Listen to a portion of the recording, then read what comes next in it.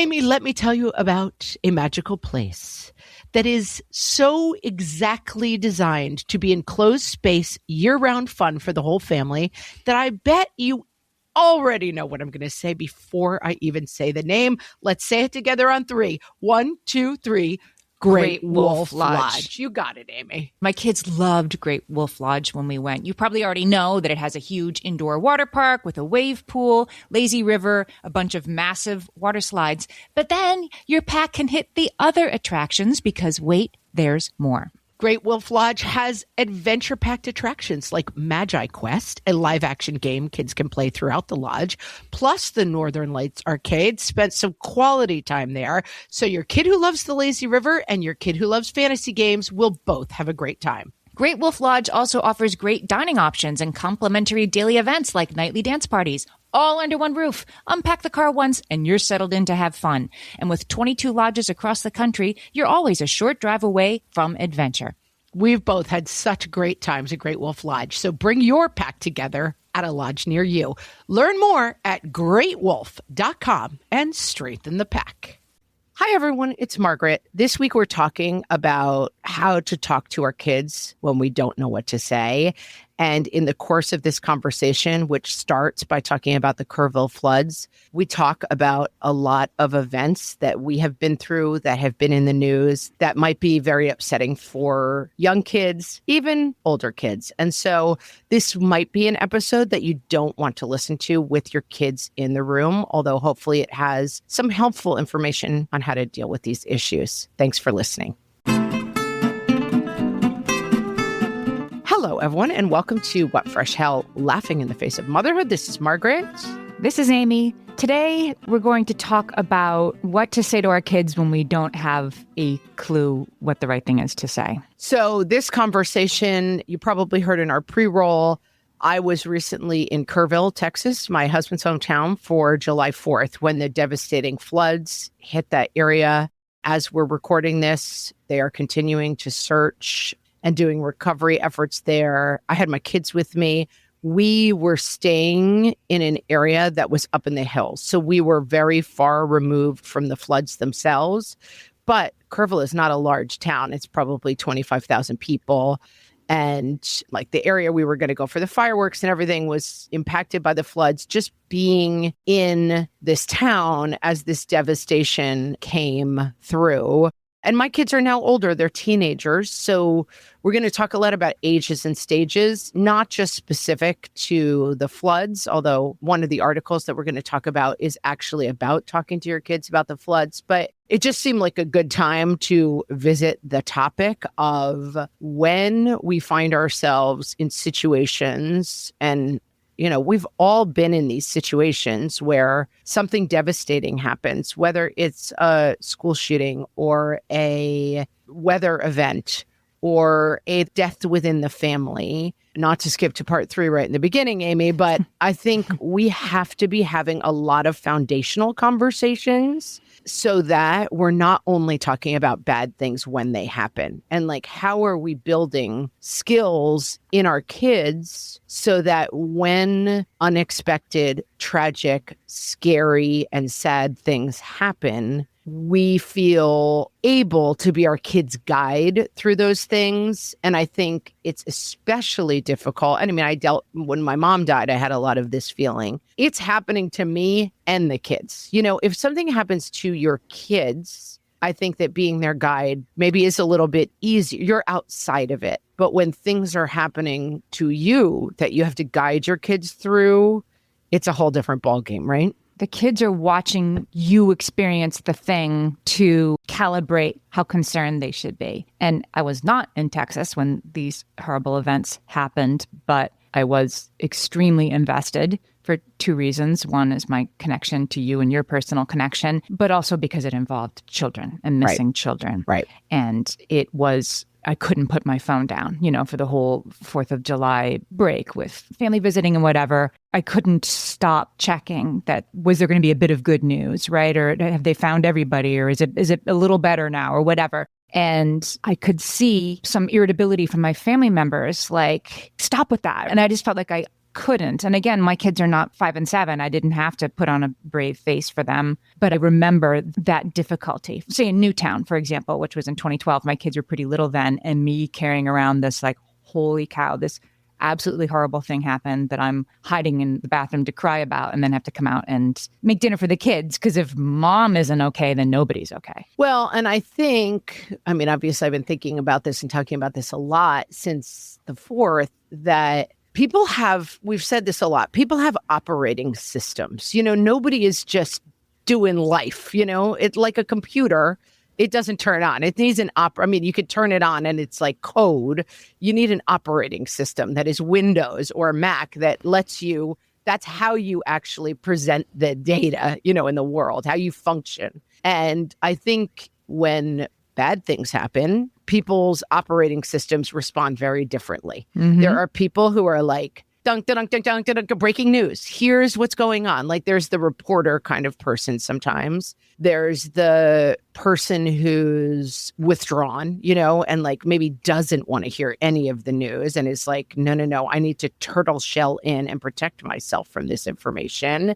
There might be people who respond by being like jovial or joking about it. And I think with kids often respond in ways that are very unexpected, especially younger children who don't have language. So I've talked before about, we had an incredible tragedy that happened in our town when my kids were in middle school. And I won't go into the details of it, but one of my children's classmates was murdered. And it was the kind of thing, much like this flood, where you're like, I have not prepared for this. Like I may have prepared for like, well, one grandma died. That's very sad. And we know that old people die. But this was so off anyone's rubric. You know what I mean? Like of the things you could imagine happening, it was just so far off of it. I mean, I could not, and I kind of knew the rules, like say what really happened. And I've talked about it before on the podcast. I went to wake up my 6 or 7-year-old, whatever she was at the time, and say it to her. And I could not get the words out of my mouth. And then I sent her to school, probably not as prepared as she should have been, because I think the key is that we've said this before, kids will get their information from somewhere. And if you skirt the responsibility, you kind of have to ask yourself the hard question. Do I want to be the person to say this? Or do I want a 7-year-old to be the person who explains this to them? Because they're going to get better information from me, but it is really hard. Like I remember talking about 9/11 with my kids. 9/11 happened maybe, is it 25 years ago, 30 years ago? It's a long time ago. It'll be 24 years ago in September, as hard as that is for me to believe. Way before my children were born, way before I met their father. I mean, I'm like, what am I going to just on Tuesday bring up 9/11 and be like, by the way, like people hijacked passenger planes and killed all these people. And like, I think these very horrifying events are in a special category of like, you know, it reminds me of the poem Good Bones by Maggie Smith. And we'll put a link to that poem. And she says like, for every bird, there is a stone thrown at a bird. But I keep this from my children. The whole poem is like, the world is a terrible place, but I keep that from my children. It's a beautiful poem. You should read it. We'll link to it. Yes. And I think that is partly our job. I mean, that's why this is hard. Like it is supposed to be, you are not supposed to be sitting around the table with your children, as you say, now being like, now 75 are missing, now 90 are missing. Like you are not there to share with them the worst of what happened. And that's more important the closer it is to your family, I think. Right. But on the other hand, you can't not tell them that something happened that they need to know about. I guess, do they need to know? This is different because I think when it involves children in jeopardy or bad things happening to kids like Uvalde, right? Or Newtown or this, that it's more likely the kids are going to talk about it. And it is just a special kind of horrible, like what happened in your town. Like this isn't supposed to happen. Kids are supposed to go to school and be fine. Kids are supposed to go to camp and then come home. Yeah. And it's a special kind of terrible. I think we have a very deeply, possibly biologically, I don't even understand the biology to understand it, but like protecting our children is so deeply ingrained in our bones, right? That like I keep my children safe in the world. My therapist sometimes uses the metaphor of castle walls, that like if we're all inside the castle walls, anything that happens outside the castle walls is okay because we are safe inside the castle walls. But people will fire arrows into the castle walls at some point. And so you really can't just keep making the walls higher and higher. Like it is an impossible feat to just be like, I will keep my little fivesome safe in the world. The world is going to come in at some point, and in ways that you are completely unprepared for, and in ways that you do not understand. And my sister-in-law, who's kind of she's an educator and extremely knowledgeable about child development and like has read all the books and runs a school. And she's kind of my North Star when I have like, okay, what should I do about this? I call her. We had her on the podcast. We can link to that episode as well. But I called her when this thing happened when my daughter was in second grade, and she was like, I got nothing. I don't even know where to begin to start with that. Like, there are certainly things that happen that, you know why she doesn't have anything? Because there's no good way to tell something that tragic to a 6 or 7 year old. It's just like I think that part of what we start with is accepting that there is no way to keep the world away from your children fundamentally, and that hopefully you will not deal with something shocking and tragic that affects children in your life. Like, hopefully not. But I think the idea of the castle walls, it has its role to be like, yes, we are safe here in our hearth together and we protect each other. But we also have to be like, the world is out there and we have to think about it both because it's going to come in anyway. And I think also because we're part of a society. And like, can we help the world? In the Rapunzel fairy tale, the witch is a bad guy because she's keeping Rapunzel locked up in the castle away from the world, right? Safe. And you're not going to leave because nobody can have you and then your life will be perfect. But we're definitely not supposed to do that. But that's exactly right. Like Rapunzel is the version of that fairy tale is, I'm going to lock you in a tower forever so that nothing bad ever happens. And as you said, that's not a like, great job, mom, you did it. That's like, it's the mom is a witch, literally. Right. Don't you know what's out there in the world? And no, she doesn't because you've never let her outside. Right. And that's not the parent we're aiming for. But we're also don't want to. And again, like once my kids are teenagers, I think it's okay if they see me crying about the families in Texas and what they've lost. I think that's okay for them to see. But it's different when your kid is 4 and the TV was on at grandma's house and they heard that, they saw the belongings in the mud and they're frightened now and they can't sleep tonight. Like sometimes you can decide you're going to protect your kid from something. And then, as you say, like the arrows get in over the wall anyway. Yeah. And I think to a certain degree, and I mean, I'm an anxious person and I have a very specific kind of anxiety, and I have worked on this in therapy. I think sometimes the more you just keep building the walls, the scarier it feels. It starts to feel like, it's like the M. Night Shyamalan movie where they're like locked in the forest because something terrifying is out there, right? And then I can't remember kind of what the punchline is, but basically like they're doing it to themselves. And I think that is something that I've had to work on personally, that like I can kind of get with my own anxiety, like never see bad news, never expose yourself to anything bad because then somehow it touches you and that's bad. And I think that one of the important things is how are we exposing our kids? And I think one of the keys to that, which we'll talk about after this break, is ages and stages. Hellions, it's time for some spring cleaning, and I don't just mean the coat closets. Doing your financial spring cleaning can actually be super easy when you let Monarch do your financial spring cleaning for you. One dashboard that gets your entire financial life organized. No more clutter, no more mess, no more logins scattered everywhere, just accounts, investments, property, and more, all in one place. Get your first year of Monarch for half off, just $50 with promo code FRESH. Monarch allows you to look not only at what you've already spent, but also to plan for the future. With Monarch, you can set savings goals, plan for big purchases, and notice spending trends before they become a problem. I can generate cash flow reports that show me what we spent this quarter, this month, what we're probably going to spend next month, and feel prepared, organized, and knowing how to plan for the future. No more surprises and a lot more clarity. try Monarch. Use code FRESH at monarch.com to get your first year half off at just $50. That's 50% off your first year at monarch.com with code FRESH. At DSW, we ask the important questions, like, what shoes are you going to wear? Whether you're prepping for wedding season, festival season, or just planning the ultimate vacay, the right shoes can make or break an RSVP. So own the moment. You've got big plans, and we've got just the shoes. At the perfect price, of course. Get ready to get ready with Designer Shoe Warehouse.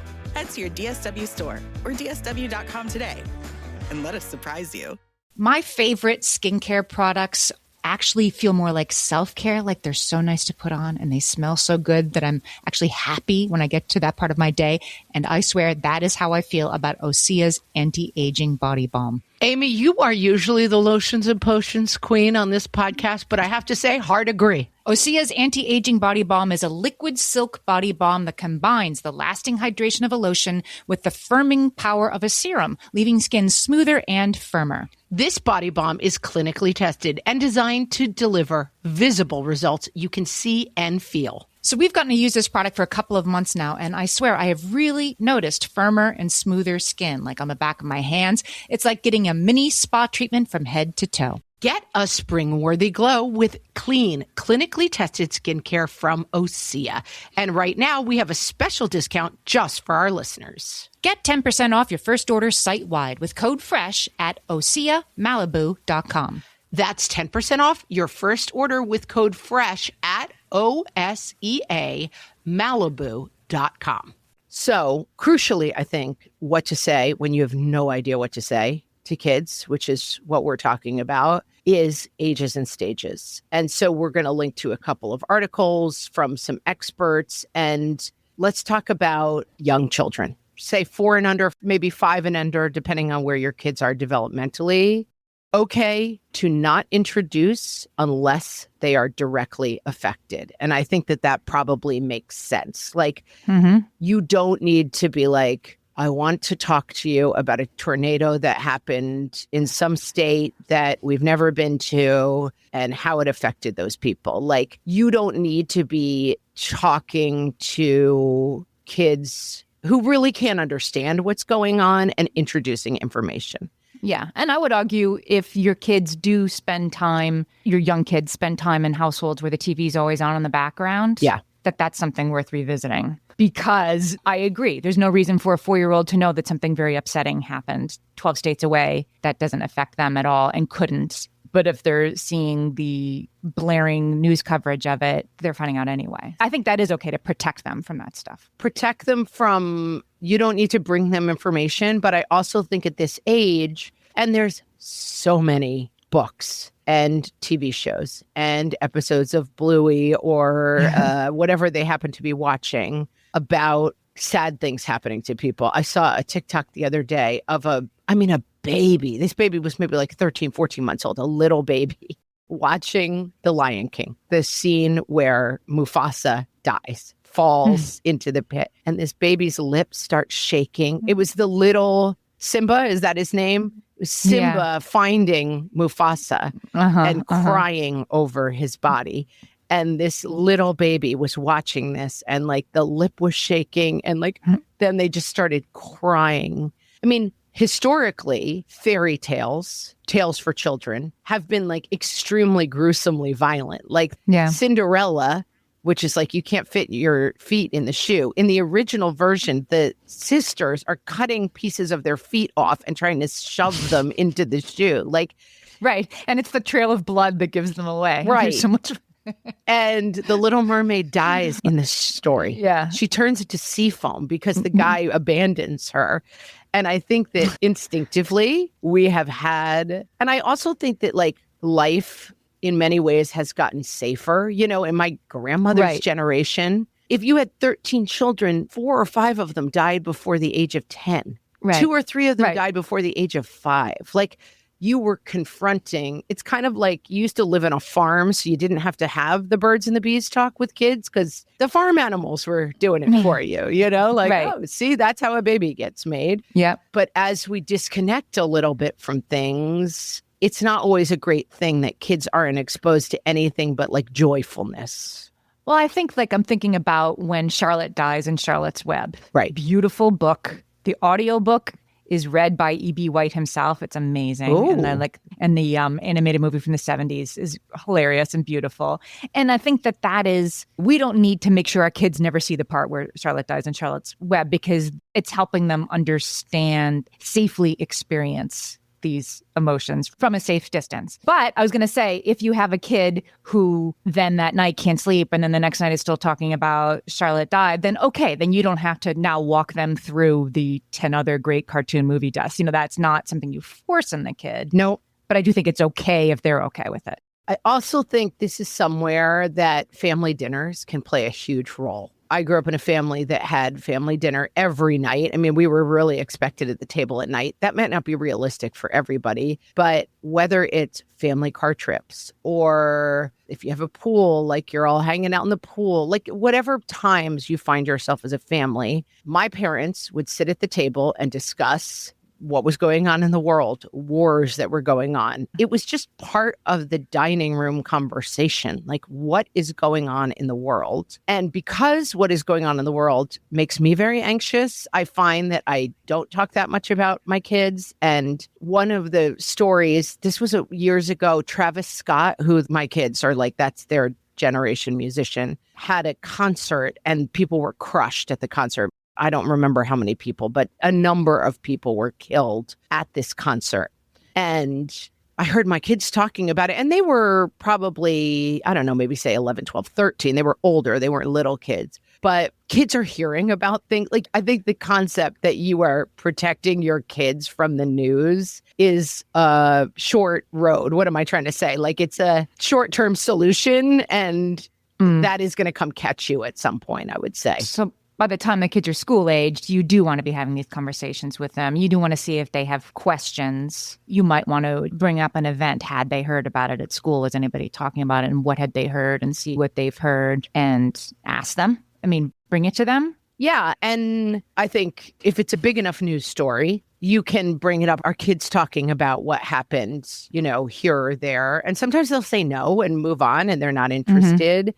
And sometimes they'll say, oh, yeah, I heard about it, and they're not super affected. I think it's very hard to know how your kids are being affected by certain things. And I find that I sometimes have a little bit of an instinct to be like, are you still thinking about that? Remember this terrible thing that happened? Are you still thinking about, like, that doesn't seem right.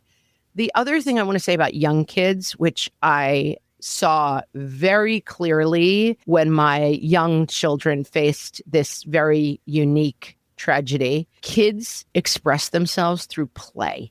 And sometimes that play can be very disturbing. So, for example, when a parent dies or something, let's say your parent dies, their grandmother dies, you may find young kids being like, you be grandma and you lay down and I'm going to put the dirt on top of you, or I'm going to put a pillow over you. Or when this tragedy happened with my young children, the kids on the playground were often playing like, I'm going to murder you. I'm going to chase you around. Yeah. And our instinct very strongly is to be like, stop doing that. It's inappropriate. It's disrespectful. But this is often how kids process trauma. And I remember knowing young kids during 9/11, and I had a young person in my life who was quite young at the time. And she called me on the day and she was like, haha, can you believe how stupid those hijackers were? Like, they thought they were going to get off those planes and now they're dead. Like, haha. And I was like,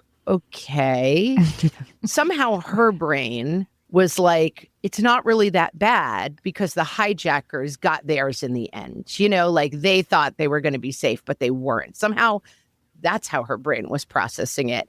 And I think allowing kids to talk and allowing them to process through play or out loud. And for me, I know a big thing is not moving right to like, what's the lesson here? What have we learned? Because especially with like, well, my friend broke his leg riding his bike. Did we learn like not to ride too fast on your bike? Like, just let kids process. Like, don't jump to the lesson. Don't jump to the correction. Like, and don't correct. Yeah. No, it's, you got to weird. Just let it.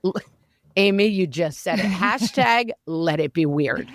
I interviewed Genevieve Kingston for a Fresh Take recently. Her book is called Did I Ever Tell You? And it's about growing up without her mom. And we talked about in the Fresh Take that when her parents sat them down, as they did a few times during her childhood, her and her brother, to say, so listen, we need to talk about mom's cancer. It's back. It's progressed. And she tells one story in the book about how her parents were like, so we need to sit down. And she knew what it was as a 5-6-year-old. She knew like, oh, this is one of those talks that I don't like. And she wouldn't stop telling jokes. Like she was telling knock-knock jokes. And Right. she said, my brother would kind of fall asleep usually. And I would get like, woo, and get really wound up and start running around the house. And she said that her parents understood that. Like she looks back on that and like, I can't believe I did that. But that her parents let her do it because she was processing.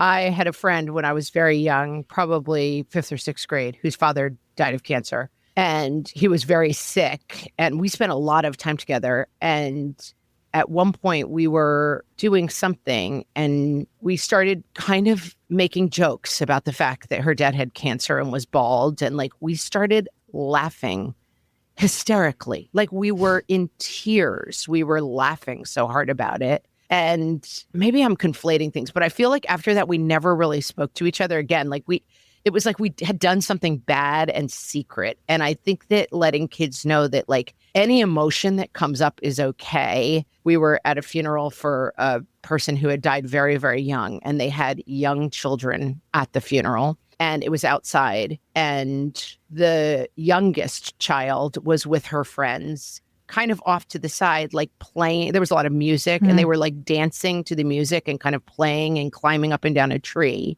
And then the kind of active part of the funeral was, far enough away. They weren't being distracting, but they were just playing on the side. They were young kids. And someone, I think the mom posted a picture later and it just said underneath, the adults cried and the children danced. And that's what the funeral was, that's what it was. And I think that sometimes we have this instinct of you have to sit here in your tie, in that kind of like Princess Diana funeral way of making those 2 young boys walk for a mile in black ties behind the coffin. Like whatever. I don't have any opinion on royal family. You do you, but letting kids express and accept tragedy and sadness in whatever way they do, it can be really, really hard. I understand why it's hard. Like, why are you telling knock-knock jokes when dad is dying? It's like trying to meet kids where they are with this knowledge I understand why it's really hard, but I think it's really, really valuable. There's another way we need to meet kids where they are, and we'll take a break and we'll talk about that. Amy, when I'm having a good hair day, it usually makes my whole day better. And that's why on every day, I'm taking Nutrafol. Nutrafol is the #1 dermatologist-recommended hair growth supplement brand. And it's the #1 hair growth supplement brand personally used by dermatologists. Nutrafol's hair growth supplements are peer-reviewed, NSF certified for sport, and clinically tested. Nutrafol offers multiple formulas for men and women, tailored to different life stages and lifestyle factors, so you get support that's actually right for you. Adding Nutrafol to your daily routine is easy. Order online, no prescription needed, with automated deliveries and free shipping to keep you on track. Let your hair be one less thing to worry about. See visibly thicker, stronger, faster-growing hair in 3 to 6 months with Nutrafol. For a limited time, Nutrafol is offering our listeners $10 off your first month subscription and free shipping when you visit Nutrafol.com and enter promo code LAUGHING. That's Nutrafol.com, spelled Nutrafol.com, promo code LAUGHING. All my kids learned to swim when they were little. It was super important to me that they be confident and safe in the water. There was only one problem with that: taking them to swim lessons. I mean, the pools were freezing. There were always cranky adults doing laps right there. And it was definitely not, for any of us, what you would call fun. Amy, heard. But now there's Goldfish Swim School. Goldfish takes a really thoughtful approach to swim lessons, combining research-based teaching with a warm, kid-friendly environment that actually helps kids thrive in the water. Every detail at Goldfish is thoughtfully designed to create a golden experience, from shiver-free, warm indoor pools to comfy waiting areas for parents to professionally trained lifeguards on deck. Goldfish uses an approach called the science of swim play, which combines guided play with proven teaching techniques to help kids learn to swim, build water safety skills, and gain confidence all at their own pace. Lessons are designed to meet kids exactly where they're at. If you've been thinking about swim lessons or just wondering where to start, this is a great opportunity. Right now, Goldfish Swim School is offering a waived membership plus your child's first lesson free at participating locations. Just visit goldfishswimschool.com/free to find a location near you and enroll using promo code FREE. That's goldfishswimschool.com/free, promo code FREE. The pendulum can swing the other way, too, I think, that if kids are like, sit down, stop telling jokes when I'm trying to tell you this very serious and sad thing, there can also be kids. I'm thinking of one of my many, many, many nieces and nephews who has been expressing fears recently that a grandparent will die. And it's because other grandparents have died. Right. So now this kid is getting fixated on, what if you die next? And you know, my relatives who were involved with this are very invested in the right way to help this kid feel better.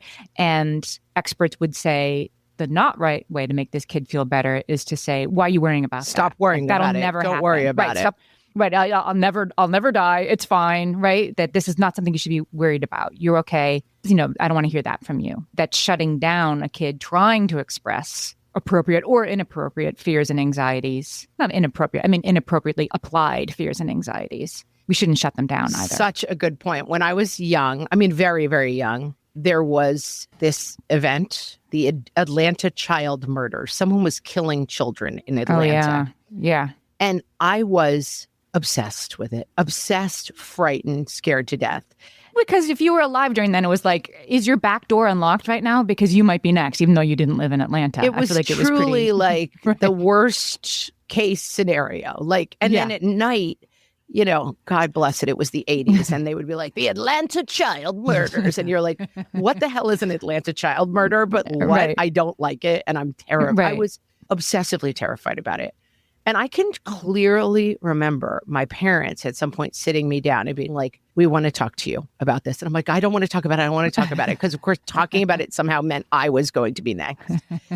And they were like, what are you afraid of? Are you afraid of that this is going to happen to you? And I didn't really know the answer. And then they were sort of like, this is scary because it's a scary idea that it could happen to anyone, that there's anyone out there who would ever hurt a child is a scary idea. But let's get out the map and show you where Atlanta was and here. But don't be afraid to really talk about it. And this is something that I still work on with my therapist all the time. Let's talk about what would happen if that does happen. And that can feel very counterintuitive. You're afraid your grandparent is going to die. Let's talk about that. Okay, which grandparent are you worried about? Let's talk about what would happen if Nana died, if Bubby died. Let's say it out loud, because I think partly it's not as scary if we talk about it, really. What is it that you're afraid of? And then let's walk through it. It probably also makes you scared to think about, what if I died? I don't think that's going to happen. I'm healthy. I don't think there's, statistically, the likelihood of me dying is low.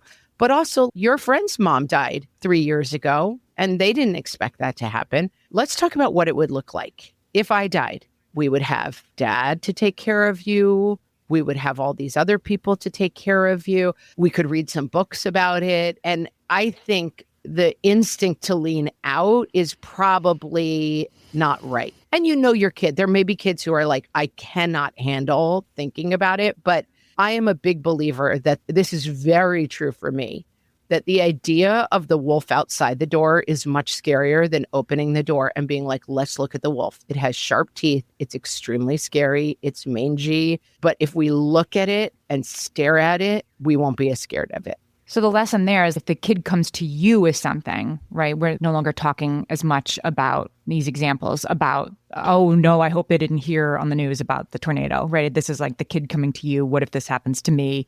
Or the Atlanta child murderer might come and get me, even though we live time zones away. Right. There's one form of answer that's pretty easy. it's not dismissing. Your parents weren't dismissing your concerns. They were honoring your concerns while also showing you it is pretty far from here. And it's right in the name. I think they're going to stick to the Atlanta area. So Right. you're probably, strictly speaking, You're safe gonna be without okay. minimizing it or laughing at you. But then that's not really available to you when the child is like, well, grandpa died. And what if grandma dies now too? You need to answer that question. And it seems to me, as you're saying this, if they see you hold that responsibility calmly, not dismissively, but also not upset. How could you say such a thing? That's terrible to even talk about such things. You're holding that question calmly. It will help them feel more calm too, that this is a thing that can be breathed into existence and will all still exist. I'm going to quote Danielle S. McLaughlin to you from her article, Having Difficult Conversations with Our Kids, which we will link to. In order to actually engage our children, we need to find out what it is they already know and what they are seeking to understand. And I think that is super important. My sister-in-law always says, only answer the questions you're asked. The example is, what is AIDS? I just heard that word. It's like, it's a disease. It was in the 1980s. It killed a lot of people. And now they have a lot more treatments for it. And answer the questions that asked. Do you have any more questions about that? What brings that up for you? What did you see?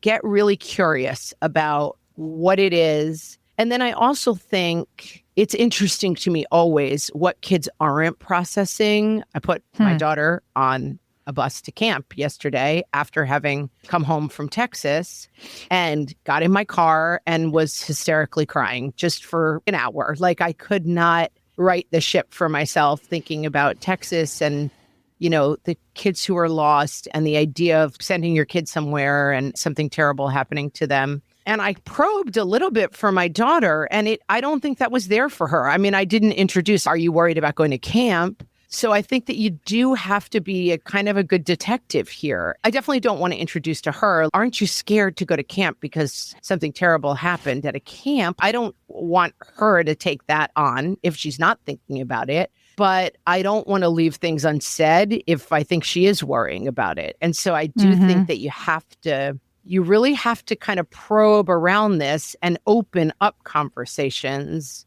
and kind of see where they go. And I think it's also very important to remember that kids often put themselves in the center of the story. So like the Atlanta child murders was happening to me. It was a story about me. I mean, maybe some people would argue I still do this in my midlife, but especially children, and they are thinking things. I was talking to somebody once about a murder that had happened in his town where the father killed his children. This was probably in like the 1980s. You know, he was a young kid. And back then, literally, they sent him to school the next day and nobody discussed it. It was like a very close friend of his. And he got a knife from the kitchen and slept with it under his bed for the next 3 years. Because as a very young child, he then thought, well, my father is going to kill me next. That is the story of this for him. And I think most of us could never imagine that our kids would be afraid of us. But if something happens that alters their understanding of the universe, it is very, very important to remember that kids are like, yesterday, I didn't imagine this, but now I think that parents kill children, you know, or now I think that people who go swimming in a pool drowned, like whatever bad story they hear, especially younger kids. It's good to leave very open-ended conversations because what is scaring them about it might really surprise you. Because I'm sure this person's father would have been like, what are you talking about? Right. I've only ever hugged you and done nice things to you. Why would you ever think that I would, or that person's dad left their family, you know, for another lady? My dad might do that. It's like, well, you know, dad's fine. Like dad doesn't even go anywhere. Like, where's he going to meet someone? Like, it feels very foreign to you. But that's another important thing to remember. Kids put themselves in the story. And that can feel really, really scary to feel like what happens if, and we're out of control of these things. And sometimes you are out of control. Like, what happens if something really bad and out of control happens? I don't know. How am I supposed to help you know? Right. Well, in that moment, I wanted to make sure we got to this bit of advice because I think it's sort of the best advice for all of these situations is say, let's continue this example. Is dad going to kill me right now? And you're like, what do I even say to this kid? It's okay to pause. It's okay to say, tell me more about that. It's okay to say, well, let me think about that for a second. It's okay to say all of those things and buy yourself time, because what you're not doing is minimizing the kid's concern or dismissing it. And you're not ramping up either. You're scrambling for purchase. What am I going to say in response to this kid? And maybe you don't know, but even just saying, that's a really hard question. Let me think about the best way to answer that. Even that is helping your kid by being with them, meeting them in that moment. And I think another part of that is, which I think I'm bad at, and I have thought a lot about, is there's nothing too scary to say out loud. There's nothing too scary to say. I struggle with that. You know what I mean? Like when my mom was sick, it's like one of my kids was like very little. And so they were like, Mom, I think grandma might be a goner. And I was like, oh God, what a thing to say. But in some ways, yeah, that's right. That's what's going to happen. Grandma is going to die. That's right. That's how that kid was walking towards this big, scary thing that they were feeling, right? Like, I'm going to kind of make this weird joke about it because that's how I know how to process it. Yeah. And that you weren't like, how dare you say something like that? You were like, Yeah. And there's nothing, I mean, I literally can feel it in my shoulders. Having had this conversation, I have a really kind of gross feeling in my neck and shoulders. Just, I don't want to think about, bad things and people killing kids. And I don't want to think about any of these things. It's awful. Like I literally have that physical feeling in my bones right now. But I think it is really important not to every day be like, let's check the news. Okay, 2 people died here and 6 people died here. And this is terrible. We'll be processing. Yeah. It's not about, someone said, think of it as a suitcase. Don't hand your kids a bag that's too heavy for them to carry. I like that metaphor. So it's not about like, the more you expose your kids to the horrors of the world, the better they'll do. But on the flip side, it is very important to tell your kids that there is nothing so bad that can happen that we can't talk about it and help each other carry it. And I go to a arts class and I was struggling to go yesterday. I had dropped my kid at camp. I was really like sobbing and just having a really hard time emotionally. And I teach this class. So I was sort of like, I don't know, I can go. And I called my co-teacher and he was ill. And I'm like, I don't think I can go. And I went and I said, we start by sitting in a circle and sort of checking in. How's everybody doing? And I started bawling. I was like, I'm doing terribly. I'm really having trouble with this.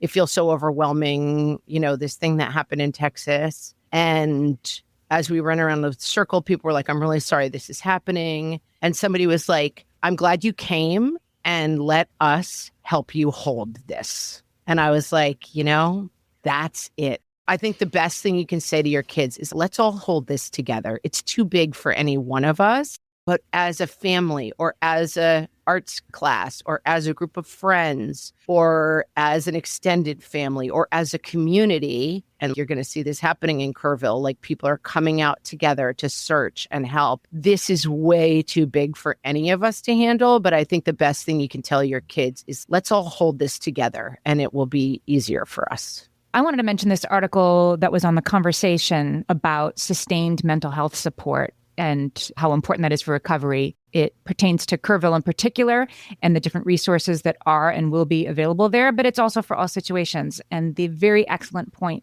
it makes is that people tend to think this sort of support is for other people. I don't really need it. I'm just a little bit upset. This is really for other people. No, this is for you. And that there is support available if you are in a situation where you have to walk your kids through it and you need support yourself, that these things are available and you are exactly who they're for, even weeks or months later, that these are available. So I'm going to link to this article, which talks about the Disaster Distress Helpline and other resources that are available when you need to get yourself together so you can talk to your kids. And with that, thanks so much for listening, everyone, and we will talk to you next week. Thanks, everybody.